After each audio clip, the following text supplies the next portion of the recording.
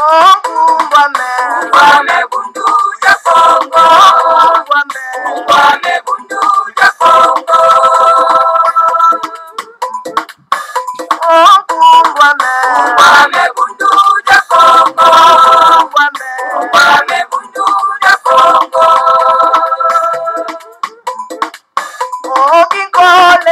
Kole kukongo ya mwenikyo. Kaya tena mane mumbandwe. Mukuluza kanda ya Kongo. Kanda ya Kongo.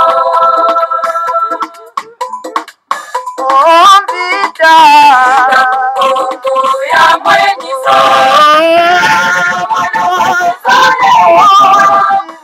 Kaya tena mane mumbandwe. Mwana vita kukongo. Mwana vita kukongo. Kongo ya mwenikyo.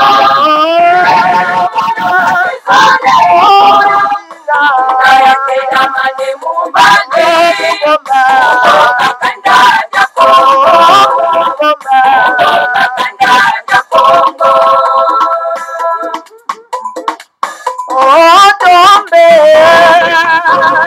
Ya mwenikyo. Kaya tena mane mumbandwe.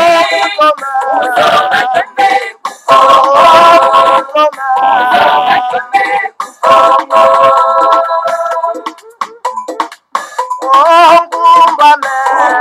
bundu ya Kongo. Ungwame bundu ya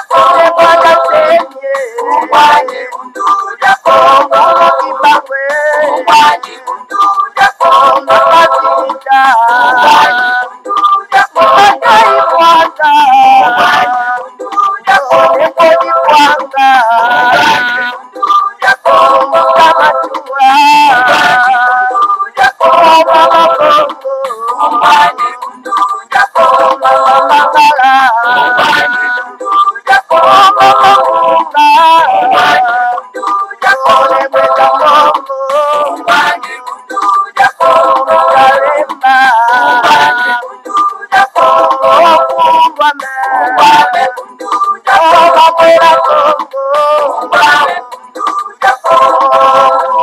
Ungwame bundu ya Kongo. Ungwame bundu ya Kongo. Matondo mingi bama batata bandeko bolimbisi matondo mingi na bino banso bama batata bandeko balandi ya Congo bololo tala biso wana toye en tout cas na tongo ya lelo na après-midi ya lelo toloba parce que tokomi na 12h40 en tout cas bama batata bandeko bana lisanga antimati biso wana toye lisusu po ete tokwa komata na ngomba kaila bama batata bandeko pona ete tokoka solo penda kopesa bino sango ya bwanya bama batata bandeko. En tout cas, topesi bino banso bambote balosa kope ba yenge na bino banso bama batata bandeko ba oyo en tout cas balinga kolanda biso bama batata bandeko. Ezali ba bino mbuta bopere bobala elingi koloba malamu koloba bama batata bandeko. Esengeli yo moto moindo kwa kolata kombo ya bakoko na bama batata bandeko pambate pourquoi koyeba ndimbola nango c'est-à-dire explication na lokota bapaya explication. Alors, ceux qui ont découvert quoi se présenter dans la carte de Korobi, ngai kombo na ngai Fabien. Ah non, en tout cas, là, en tout cas, aux ana nous coloniser bama batata bandeko. En tout cas, c'est pas possible. Okamati kombo ya bapaya, onyati kombo ou ya bakoko na te, ou en tout cas, aux normalité. Ça, je vous dis franchement, bama batata bandeko. Bana lisanga timati. Na landa ka bandeko na biso ya ba média, na kata ba réseaux sociaux, tango ka bandeko se présenter ngaba voilà, coquille vide. Coquille vide. Parce qu'un homme qui se respecte a kumisaka donc oyo yabakoko naye. Mais tant que yomoto moindo komi ko kumisa ba kombo ya bapaya la en tout cas oza isusu normalite. Okamati kombo ya bapaya oti yango liboso ya bakombo na yo. Ça veut dire que ozu kombo ya bapaya onyati kombo na yo. C'est-à-dire oza isusu moto te ba mama batata bandeko bana lisanga antimati. Voilà ba mama batata bandeko bana lisanga antimati. Lelo toye to kokana no kosolola bon moment. Mikolo toza régulièrement te bama batata bandeko compte tenu nos pas ndenge toyebisi bino ke toza koaméliorer studio malembe hein? Bon, donc tomoni sikoyo image ekomi quand même mwa malamu, son ekomi mwa malamu, alors ce qui fait que tokoki sikoyo kokobaka na basérie ya baémission na biso bama batata bandeko. Alors tozali kopesa solo mpena tuka bandeko na biso na mboka mokonzi Kinshasa pe na Timati Mobimba bayenge na bango pe balosako na bango bandeko na biso baso baza na mboka ya Angola epa wapi mbuta ngimbi abelemi na mbuta mputu pe na mbuta banema toza kopesa bango bayenge pe bambote na bango topesi solo mpena bandeko na biso na mboka vraiment ya Congo Diafoa po balandaka biso lokola bayenge na bango pe bandeko na biso banso o bazali bipai nyonso na poto na mokili ma poto toza kopesa bango bayenge pe bambote balosako na bango banso tokosala ete bandeko na biso baza na Amerika na Martinique epo wapi tuma mase epo wapi tozali kosalue les grands combattants bayenge pe bambote na ye bama batata bandeko. Alors bama batata bandeko bana lisanga atimati lelo tokosola solo pena tukama basije mibale misato. Information tokopesa bino lelo ezali tout simplement donc présence ya Hippolyte Kanambe epai ya ndeko Chilombo na résidence ya mbuta Chilombo bama batata bandeko bana lisanga atimati. Un président ou azali sous son mandat. Alors donc voilà, azako kenan tenue militaire kotala entre guillemets un président oyo azali élu démocratiquement. Alors donc voilà, bama batata bandeko en tenue militaire donc na lolenge ya force nyonso bama batata bandeko bana lisanga atimati. Tokomeka na développer là-dessus pourquoi cette situation bama batata parce que nous ne pouvons pas accepter certaines choses où toza komona na miso keza mabe kasi toza kondima yango kaka bama batata bandeko. Alors deuxième sujet na biso tokosola bama batata bandeko na likambo etali solo na tournée ya ndeko na biso bolimbisi Fayulu non epa wapi ye wana azosala tournée na kati ya mboka ya Beni ya Butembo etc. bama batata bandeko tourner mpona nini tolanda no message nini ye aza kopesa na bandeko na biso kuna okomona ete message moko creux ezanga fondement ezanga force ezanga combativité bama batata bandeko bana lisanga atimati. Alors tokomekana okotala Fayulu oyo aza na kati ya binzambi est-ce que vraiment na mboka na biso toza mpena na besoin na balider oyo baza na kati ya binzambi po akokonza biso na c'est pas possible tokomekana okolakisa yango bama batata bandeko bana lisanga atimati. Fayulu bakendaki kofirme ye na binzambi na ye binzambi na kombo ya fidèle fille je crois bien si on a prononcé en malamu te nayebi te bama batata bandeko ezali mboka eteni ya mabele na ngai te bama batata bandeko donc ye wana bakendaki kofirme ye ntango akendaki kosambela babwaki yango na bareseau sociaux. Alors mpona nini mpona koluka kohumilie ye bama batata bandeko ceci voilà bama batata bandeko bana lisanga atimati tina kokotaka na bisika wana ezali te eza na tina te bama batata bandeko. Est-ce que de pareils dirigeants oyo baza kokotaka na binzambi est-ce que tokoki kosoutenir bango mpo bakoma vraiment bakonzi na mboka na biso non l'air wana ezali déjà révolu. Alors bama batata bandeko tokosukisa awa na likambo etali solo mpenza likambo ezali tribalisme. Nalingi na frappé très fort pe kotindra message na moto babengi Kabundi wa Kabundi. C'est le secrétaire général ya UDPS. Nalingi na pesa une leçon, donc à apprendre parce que il n'apprend rien. Alors je vais l'apprendre aujourd'hui. Neloko babengi solo pena tribalisme tribi. Parce que Kabundi wa Kabundi a tellement qu'il a meeting na lobi que non, il va combattre le tribalisme, il va combattre le tribi. Alors tokotala yo Kabundi wa Kabundi yo nani otelema au combattre ba tribi au combattre l'amour de sa tribu yoza nani. En tout cas bama batata bandeko bana lisanga atimati tokobeta seke awa na esiko ba tomekana kotala le tribalisme le tribi pe na xénophobie bama batata bandeko total. Parce que Kabundi wa Kabundi azo confondre le tribalisme na xénophobie. Na kopesa ye leçon lelo na kati na Congo. Na komelisa ye Congo bololo lelo mama tata bandeko bana isanga timati. Bozala kana bolanda biso na bokebi nyonso. Et voilà, mayeto memeli bino en tout cas na après-midi à lelo mama tata bandeko. Alors, tolobi to bandana on a likambo o etali solo pena en tout cas moto babengi solo pena en tout cas Hippolyte Kanambe. Hippolyte Kanambe oyo azali un tuti rwandais. Moto moko abosani te ki Hippolyte Kanambe c'est un tuti rwandais. Omoni Hippolyte Kanambe aza kovimba vimba na mboka wana tout simplement parce que bana ya mboka bazolakisa pe nguya na bango te. Bama tata bango.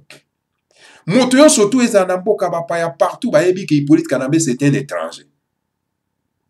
Mais tellement que atiemo a biceps na ye azovimba azolakisa bana Congo donc biceps donc il y a moni que vraiment donc o penda ba vrai human na ye kokuta na kati ya mboko. Hippolyte Kanambe na groupe ya ba bandi na ye ba organiser ma ponami soit disant ma ponami. Alors balobi que bon voilà président asikaye et mais voilà Hippolyte Kanambe ye wana zo kenda toujours ko pesa ba injonction na soit disant entre guillemets président de la République ou azali élu démocratiquement à Tatabane. Ça veut dire que Hippolyte Kanambe alias Joseph Kabila azo la kisi na face du monde que celui qui est aux commandes, celui qui contrôle, ce n'est pas Chilombo alias Félix, montazo ko contrôler Mboka à Tatabane. Mais la question que je me pose, ndeko na biso Chilombo alias Félix, pourquoi kokenda komi kotsa na esika ya modere oyo? Ndeko na biso Chilombo alias Félix esengela comprendre que moto babengi Hippolyte Kanambe alias Joseph Kabila c'est un criminel, c'est un assassin. C'est un terroriste. Alors, yo koluka ko sala gentillesse, kozala ko sala doux et pas un criminel, bakolade ye azana tida bakolade wana yo pesa yete. Ya zo zela kaka tango na yeso ke koki pali ayo koko. Tala moto oyo amimi eti na kati ya Congo Laurent Désiré Kabila. Ali aye koko. Bama tata bandeko bana isangati. Bongo po ali ayo koko et kozala un problème. Monsieur Chilombo alias Félix. Ne pense pas que bakolade wana ko pesa annoncement na Hippolyte Kanambe qui est un criminel terroriste, hein, un génocidaire, nde eko longola ye esprit ya komela makira ya bana ya Congo. Mais il faut faire attention. Kokanisa te ke yo kolakisa ye bolingo, mais ye aza moto ya bolingo te. C'est un criminel, c'est un terroriste. Hein? Alors, aza isusu na bakonzi te, soit disons yo komi président, utiliser sikoyo pouvoir na yo pona ko neutraliser ye, parce que balobi ke chef de l'État azali mokonzi ya mapinga. Sikoyo ye azo kotala yo na tenue militaire pona kolakisa ke non, c'est lui qui dirige toujours. Ce n'est pas Chilombo. Chilombo azali tout simplement étiquette totie wana. Alors, makambo ya ebisi yo, osali na note, il faut ya ko pesa injonction au salango immédiatement. Alors, bama watata bandeko bana. Ba bazala miso komona te, au moins peut-être bazala ba aveugle pour ba komona te bama watata bandeko. Kasi o bazala miso komona, ba komona vraiment que non, écoutez, Hippolyte Kanambe continue toujours à diriger mboka. Parce que président o azalaki na bokonzi, tango bokonzi na esili, donc à se battre na retraite, akendaka jamais en force pour la kenakotala et président Oyo a remplacé. Totali na Sénégal. Hein? Totali na Sénégal. Tango wada kei, makisala ye, bakisala zubo konzi. Hein? Donc voilà, wade aza atana tina mon côté, yako kena en force pour kenakotala makisala. Pour appeler ça une injonction. Maman tata mando. Alors, c'est grave. Hein? Bolobi que Chilombo, alias Félix, c'est un Quinois. Un Quinois veut dire que bon, azana yu mate, toloba bongo. Alors, si ko Hippolyte Kanambe, c'est un villageois, un terroriste, mutafani na zamba, tata bandeko bana lisanga timati.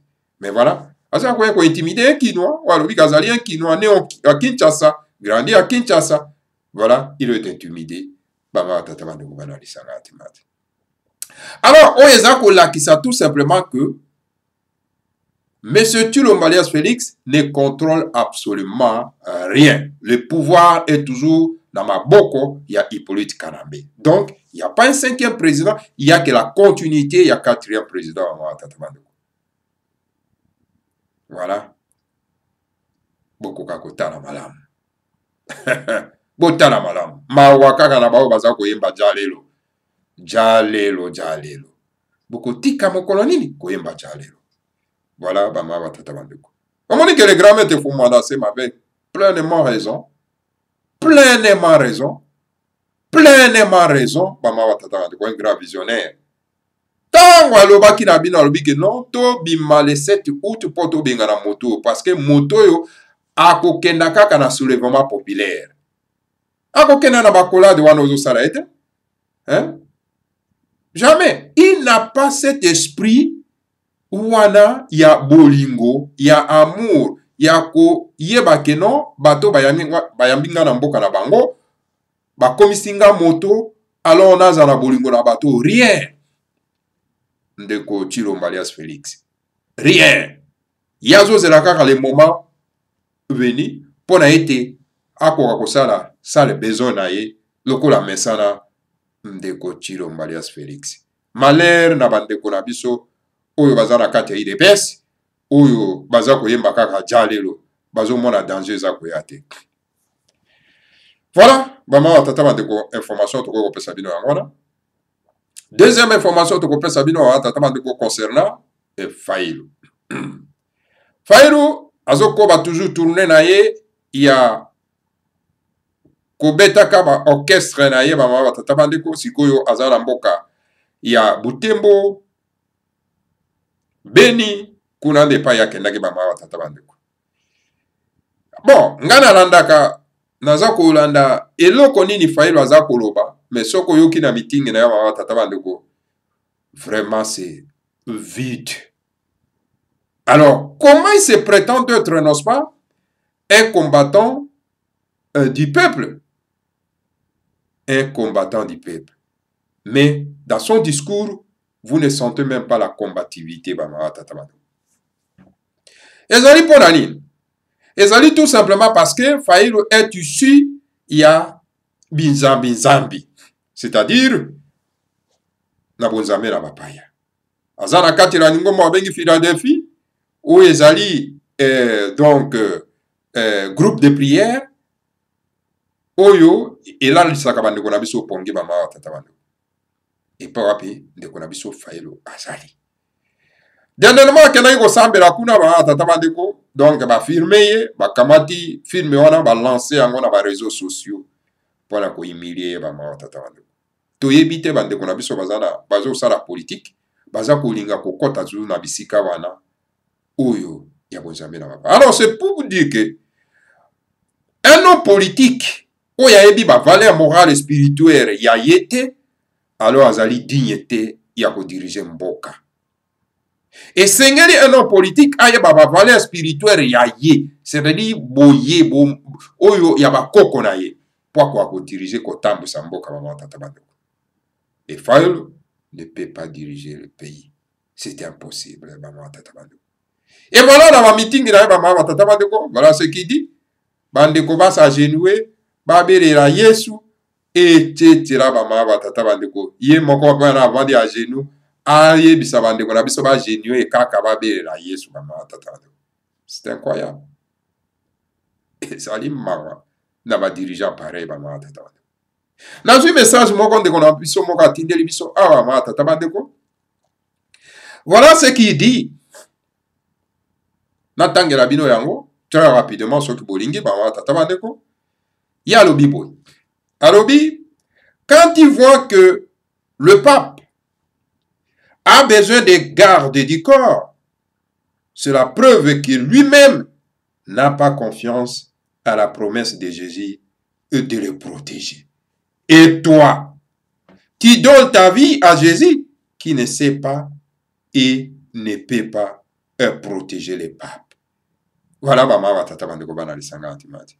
Failu oyo aza kosenga bandeko na biso bakoka kosagenouye mpo babelela Yesu. Yesu nde akoya aso mpenda kopesa bango liobiko pendant ke okomona mokonzi ya Vatican oyo akotambola bama batata bandeko na bagarde du corps.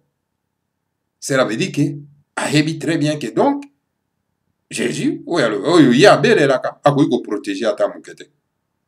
Oyo azali mondele bama batata bandeko ndeko na ye mondele akoprotege te. Bongo yo moto moindo, yo dirigeant, un homme politique, yo kenda kosenga na bandeko na biso basa genoué babelela Yesu donc pour baya ko résoudre ba problème ya contentieux électoraux. Ah mais dis donc bandeko na ngai bama tata bandeko oyo fayelo donc muto eza iso isiko sama la mute parce que akei na cour ya ba étranger ya batuti ya coalition batuti bapesi e gain de cause te akende na Union africaine bapesi e gain de cause te. Alors maintenant il faut ayebisa na bandeko na biso bakenda kosenga epa na Jésus Yesu ya mokili na bamputu po ete aya ko résoudre le problème ya contentieux électoraux bama batata bandeko bana isanga te botala ba dirigeant. Et pourtant soki azalaki na kati ya ba valeur spirituelle na biso, c'est le moment oyo que jamais akosenga le soulèvement populaire, akosenga na bandeko ba se révolter, ba se soulever de façon que to bengana bato oyo baza na kati ya mboka na biso baza ko bebisa mboka na biso, tout simplement parce que ayebi valeur ya mabele te bama batata bandeko bana isanga antimati. Voilà. Esengeli tokoka koyeba ba dirigeant nini oyo tokoki kolanda ka bama batata bandeko. Il faut ba dirigeant oyo bazwi prise de conscience ya koyeba valeur ya mabele. Parce que tout ba dirigeant politique oyo baza toujours ko s'adresser na ba koko ya bapaya bazwi non prise de conscience te. Alors les pareils dirigeants politiques bama batata bandeko tokoki kolanda bango te. Parce que bakola isaka biso toujours bapongi ya babebe bama batata bandeko. Alors donc ce n'est pas la peine. Voilà. Maye oyo nakokaki nano ko beta mwa sete moke epai ya ndeko na biso Fayulu oyo azosalaka batourne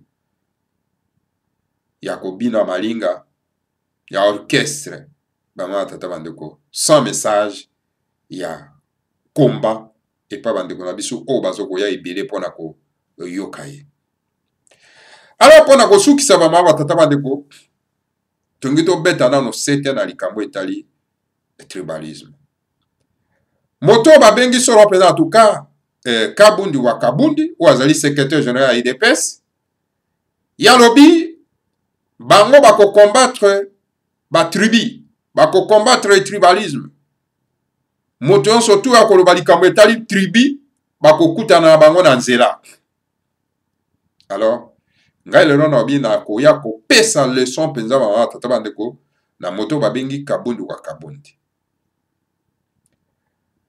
Esengeli Kabundi wa Kabundi akwa koyeba bango très bien que la République démocratique du Congo ezali œuvre ya bakoko na biso te. Ezali ni œuvre ya baluba, ni œuvre ya bakongo, ni œuvre ya bamongo, ni œuvre ya bangala, ni œuvre ya batetela, ni œuvre nosiko ya banande ya balokele etc. Ezali œuvre ya bakolonialiste, bakolon bato bakreaki yango. Yango wana omoni babelge balobaka ke bango bakoki kotika gestion ya mboka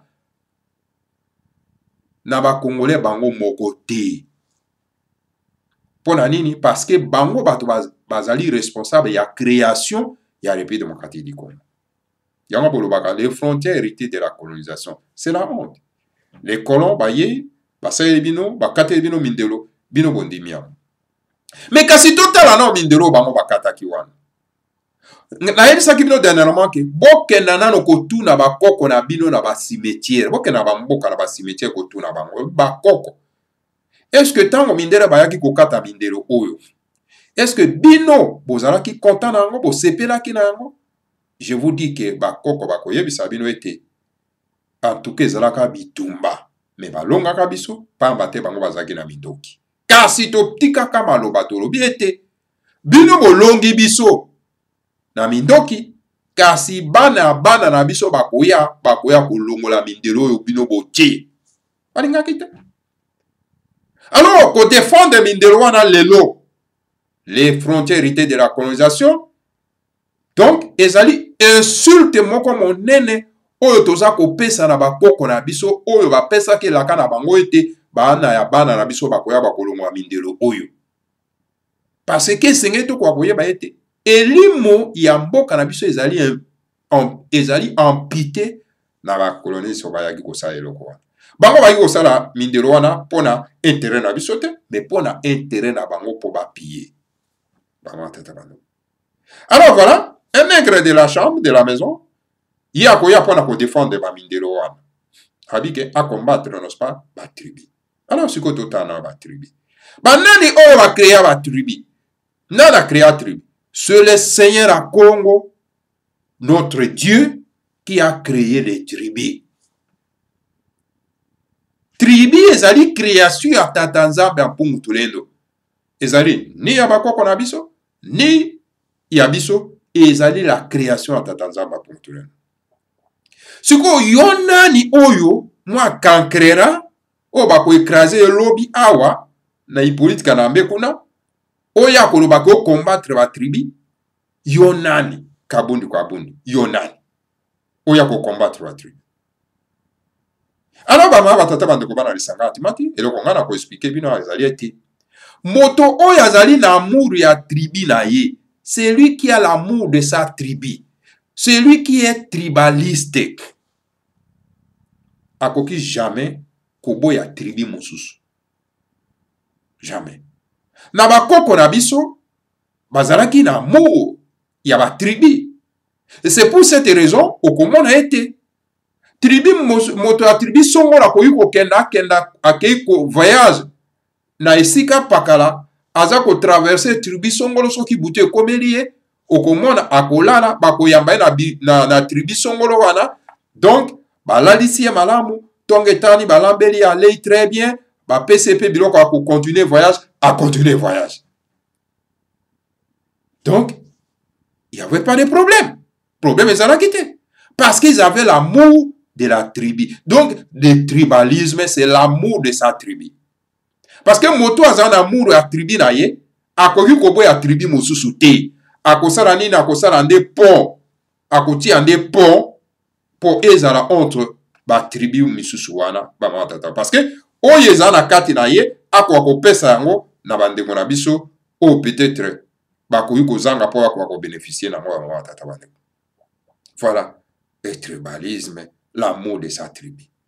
Okoki jamais kozala nationaliste te tango yo zana no tribaliste te. Nationaliste ezali l'amour de sa patrie, l'amour de sa nation. Sikoyo tribalisme ezali l'amour de sa tribu. Ndenge ni yo sote pa otika bolingo ya tribu na yo, ya libota na yo, ozwa kaka bolingo ya nation artificielle oyo babeje baya kosala na mboka na biso. Kabudi wa kabundi. Fungola kape nano bongo. Yekola, kenda na bundu ya Congo yekola. Kende pa le grand maître Fumanda Sembo yekola. Alors, bama batata bandeko bana lisanga atimati. El sengali d'abord. Ozana na amour ya tribu na yo, poko mana amour ya lisanga nyonso. Po, ndenge tozali na kati ya République démocratique du Congo, tozali na kati ya mariage forcé. C'est-à-dire que babeze baya basangisa biso par la force. Motuna bakoko bakoyebisa bino ke ndenge ni tokomaki ba Congolais, tokome ba Congolais ndenge nini. Congolais pe eza na mokota bapaya. Congolais eza na lokota ni ya Chiluba, ni ya Kikongo, ni ya Lingala, ni ya Lokele, ni ya Lomongo, rien. Eza na français. Biso pe toza ba français te.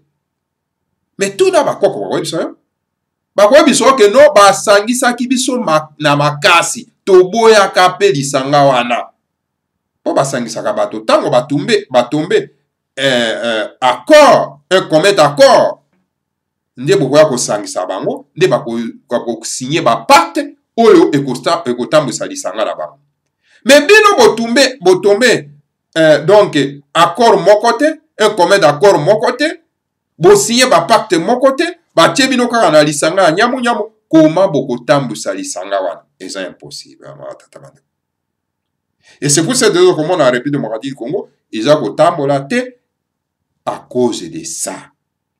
Okomona libota songolo eke kosala pacte na bapayo baye kokonza biso sans vergogne parce que pour bango baza kozwa mwa gain de cause na bapayo baye kokonza biso.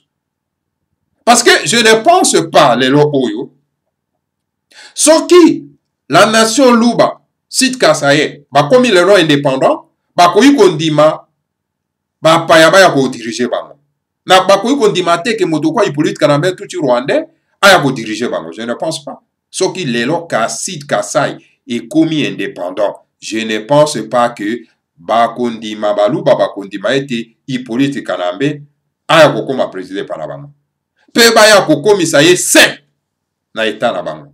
Non, ba Sud Kasayen baluba bakotelema na ndeko na bango nyonso tu oyo akokomisa un criminaire ya bandeko na bango saint. Mais lelo oyo baza kondima ete Hippolyte Kanambe na ba criminaire na batambo mwambale etc. bakomisa bango saint parce que bayebi ke toza na kati ya lisanga. Alors donc biso toko bénéficier na oyo toza nango posa, alors on s'en fout des autres même si kosala bango passe. Voilà le problème. Alors bama batata bandeko bana lisanga timati, il faut koyeba ba notion wana malamu. Le tribalisme, ce n'est pas une mauvaise chose, c'est l'amour de sa tribu. Un tribaliste aboyaka tribu mosusu te.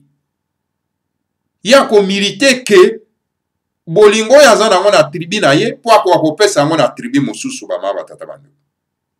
Mais eloko nini eza mabe awa na kati ya mboka so boza na kati ya lisanga? La xénophobie, la haine de d'autres tribus. Kabundi wa kabundi fungola bongo na yo kwa kolanda awa botindere video oyo alanda yango bien. So koza na xénophobie, c'est-à-dire la haine, il y a une autre tribu wanande ezali mabe bama batata bandeko bana lisanga atimati. Yo mongala okoina ndeko na moluba kaka po aza moluba. C'est ça ce qu'on appelle la xénophobie. Ezali tribalisme te. Tribu ce n'est qu'une nation naturelle. Ya tata nzamba créé. Nga avana koma congolais nazana no mongala, nazana no ngombe. Yo moluba vo koma na no congolais zana no moluba. Votre nation naturelle c'est Luba. Le Sud Kasai.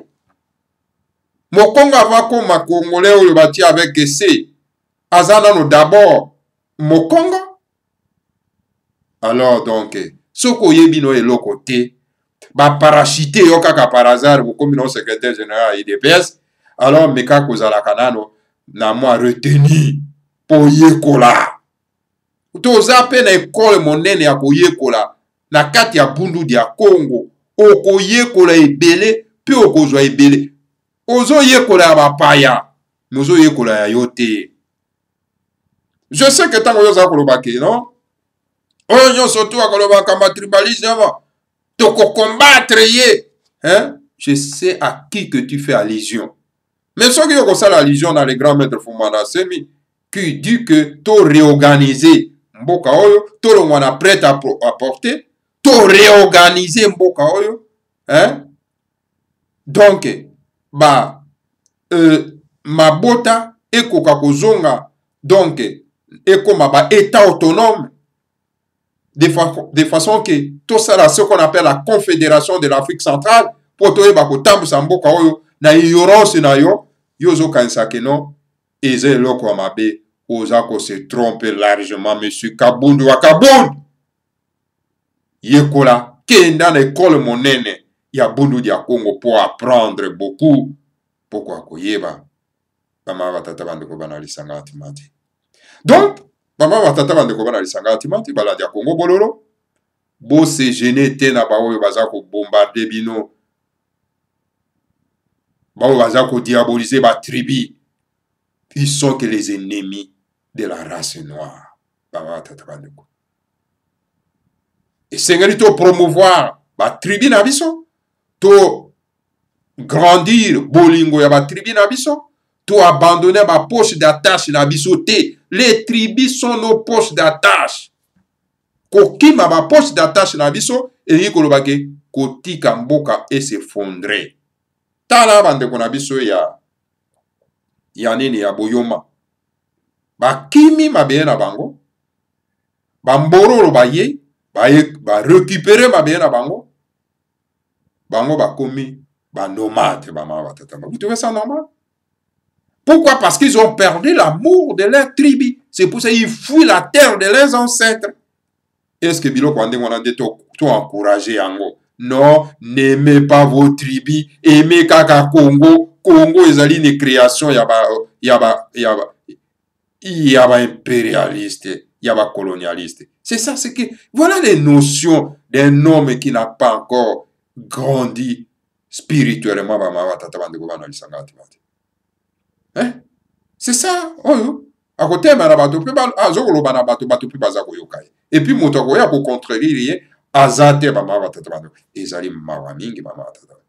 moi, j'exhorte à tous mes frères et sœurs d'avoir l'amour de sa tribu et défendre sa tribu. Devant cette occupation et la coalition Tutsi,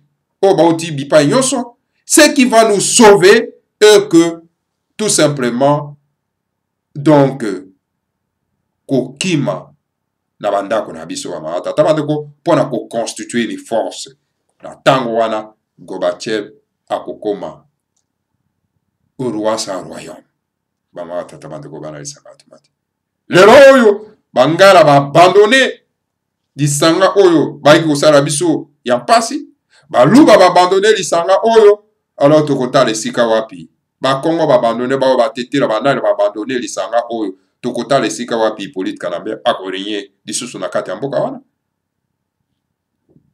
mama tata bandeko esengeli toyokaka soki bato baza koloba toyekoli kaka ya bapaya kasi toza koyekola oyo ya biso te esengeli toyekola ya biso bamama tata bandeko esengeli toyekola bobiso e maye oyo eza na kati na bundu ya Congo maye oyo le grand maître Fumana Semba apesaka ezali maye oyo bazali révolutionnaire oyo kobimisa biso na likama oyo tokota bamama batata bandeko oyo kokomisa biso bato. Malheur à tous ceux qui comprennent toujours en retard, comme dit le grand maître Fumana Semi. Alors donc kabundi kwa kabundi oyo ayebi makambo na yete et puis aza koloba sans vergogne bamama tata bandeko ezali pe mawa mingi pe bato baza ko acclamer ye oke baza ko acclamer bozoberi na kati ya mboka bamama tata bandeko bana listanga atimati. J'insiste plutôt et j'exhorte à tous nos frères et sœurs ya race bantu batombola ba tribu na bango ba défendre ba tribu na bango. Chacun de nous doit défendre tribu na ye. Il faut avoir l'amour de sa tribu. Ezali poche d'attache na yo. C'est pas pour rien que Tatanzamba Punktolendo atinda ke obota mana tribu songolo tribu pakala. Po yebete oye ko sala mosala na kati ya tribu wana pona ko tombola tribu na yo.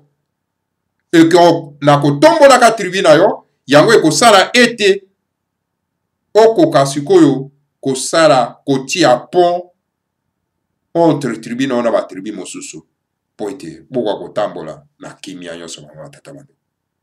Ce n'est pas mauvais d'aimer sa tribu. Le tribalisme, ce n'est que l'amour de sa tribu. On ne devient pas nationaliste sans tout autant yakozalanano un tribaliste. On commence d'abord à aimer sa tribu et après on aime lisanga, donc qui est nation multi-raciale. Maman tata bandeko. Comment moto oyo yebi ata kotunga ndako te epa na ye pe ase prétendre que non akotunga ndako epa ya bato mosusu. Non. Mais on lakisa na biso soki epa na yo so bongisa soko so tonga epa na yo. Mozali capable ya kotonga epa na yo ndenge ni yo ko se prétendre que non koya kotonga epa mosusu. Non, impossible ba tata bandeko. Alors, mes chers frères et sœurs, tout le monde a démagogue yote baza bato lokuta. Kabundi wa kabundi alobi biso toye awa pona kobinga na bato oyo basali crime awa te parce que biso toye to sali alternance biso tozui pouvoir na mindoki te. Alors c'est pour ça togo obinga na bato oyo baye kosala mabe awa te. Voilà un homme qui ne comprend rien. Bato basali crime na kati ya mboka. Batie bato na ba fausse commune. Batie babomi bato. Butu tongo pokwa. Alors, bokomisa bango ba santu. Na un jour, pama tata bandeko. Ono et alternance. Ça n'existait pas, monsieur Kabundi wa Kabundi. Ça n'existait pas, nulle part au monde. Et ça, le makate, M. Kabundi Kabundi. Ozo tala ba intérêt ya libumu na yo. Mozo tala l'intérêt général ya mabota oizana katira Congo te. Pas yo bango ba moni. Bato ba moni si bango passe ba tika la wana. Ba fanda ono et alternance. Qui vous dit ça? Nana ebisi yo bongo. Mboka oyezangi justice etambolaka malamu te. Justice yango esalaka ete mboka eko kotambola malamu. Mais sans justice, mboka eko tambola te et des crimes vont toujours continuer na kati ya mboka wana. Donc, mboka sans justice eza mboka ba gangster. Non, mais c'est Kabundi Kabundi. Et sengelo kwa koyeba ke les biens mal acquis. Ah, yeba yango profitaka toujours. La ba crime les biens mal acquis. Dans la réalisation na époque ya Mobutu. Ezalaki ba bien mal acquis. Omana kisuka nango. Destruction na destruction. Ayeba yango ke eloko bazwaka na lelo lenge ya moyibi. Oza conscient que ce pouvoir ezali le bien mal acquis. Mais yeba yango suka nango eza toujours grave. Au moins, les problèmes sont parce que le Dieu que vous priez, les dieux des blancs que vous priez, azali Dieu moko azali topi. Boyebi na bino yepete. Bomon. Yamona bobanga na bino ata bobuki lokuta, ata bokosi bozo kosa na miso abato. Mais si vous connaissez vraiment le vrai Dieu, oyo azana kati ya bundu ya Congo, tata bandeko okoyoka meme okozana bobangi po eto ya kokosa oya kobuka lokuta na miso ya bato bama tata bando okobanga parce que ce Dieu là est trop grand et il n'aime pas les mensonges. Mais yozo kosa bongo parce que bato baza ba christianisé, ils ont l'habitude de mentir. Le christianisme est bâti sur le mensonge. Batonga yango na kati na lokuta le christianisme. C'est pour ça moto surtout o azali christianisé, aza toujours un menteur. Ya moto ba ko na biso baloba ke. Donc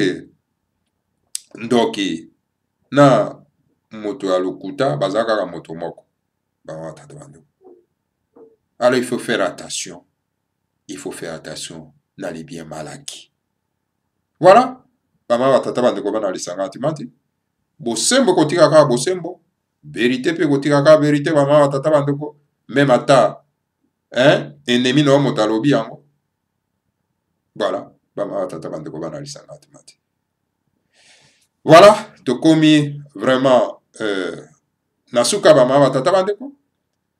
Yangwana totiaka loyembo. Loyembo e ngoloba kosambela mbala misato bama batata bandeko bana lisanga atimati matondo mingi na bino banso tokuta na bino isusu peut-être lobby soki tozwi occasion bama batata bandeko na numéro mususu ya Congo bololo bopesa monsieur Kabundu wa Kabundu ako koyeba ko différencier la xénophobie na tribalisme bama batata bandeko bana lisanga atimati matondo mingi na bino banso. Que le Seigneur à Congo vous protège tous, protège les fondements d'Ansembi et protège la République fédérale du Congo. Ingeta, Ibobo, Ibobo. Maton.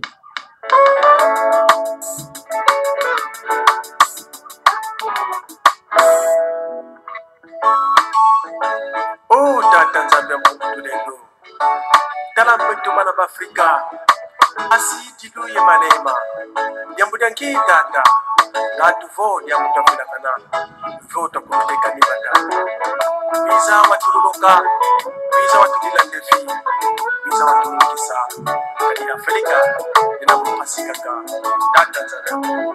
Tusila levo. Mukimbawu. Yamutafuna. Yamasukana dia Kongo kapola. Makondo londe bokolo muzayari. Mahikwa musume ngamu bandu zanzo. Mahikilanga tenyeru mkyari. Wenda muse baza Kongo netidila. Wenda mumabata netidila pe. Wenda kukavingi Kongo netidila. Tata Zambia Congo dimbadilu geto. Masumu makamale mukila kata. Kana vombe na mapaki kutube.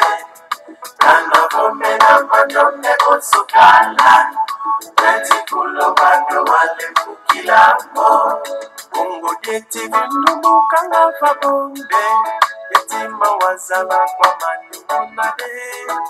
Kanibasiza ndisi vyokele kitezo. Tata banzila mbasiza Kongo wangu. Wenda musibaza Kongo netidila. Wenda mumabata netidila. Kukatini Kongo netidila. Tata Zambia Kongo ibadilu. Masumu makamale mukila kata. Kana kumbe na mapaki kutube. Kana kumbe na mandome konsukala. Nati kula bado wale mukila mo.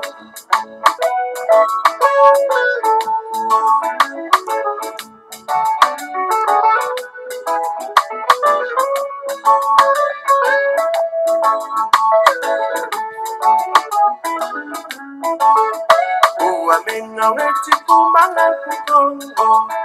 Uwa mantanga mukumba wena pe. Nyamyo weti dilanga mwakongo. Tata vana kongo kusu ya runga. Wenda musibaza Kongo netidila. Wenda mumabata netidila pe. Wenda kukabini Kongo netidila. Tata Zambia Kongo ibadilu geto. Masumu makamale mukila kata. Kana kumbe na mapaki kutube. Kana kumbe na mandome konsukala. Nati kulo bado wale mukila mo. Tafutu muna Kongo kuchabafa. Yenze gansinga mamune kinkole. Vanisa Kongo vajandu kya kitino. Mokitima beto mina bumbakana. Wenda musibaza Kongo netidila. Wenda mumabata netidila. Wenda kukabini Kongo netidila. Tata Zambia Kongo ibadilu geto. Masumu makamale mukila kata. Kana kumbe na mapaki kutube. Kana kumbe na mandome konsukala. Nati kulo bado wale mukila mo. Gavana tadiko basuna mbangeni tadidilendi kunguka. Ndungulu kakatulo mbele kone Tata Zambia kadiri watufanga batutu ya Afrika. Yenge po watufana tutwe. Ndungulu kabana Afrika.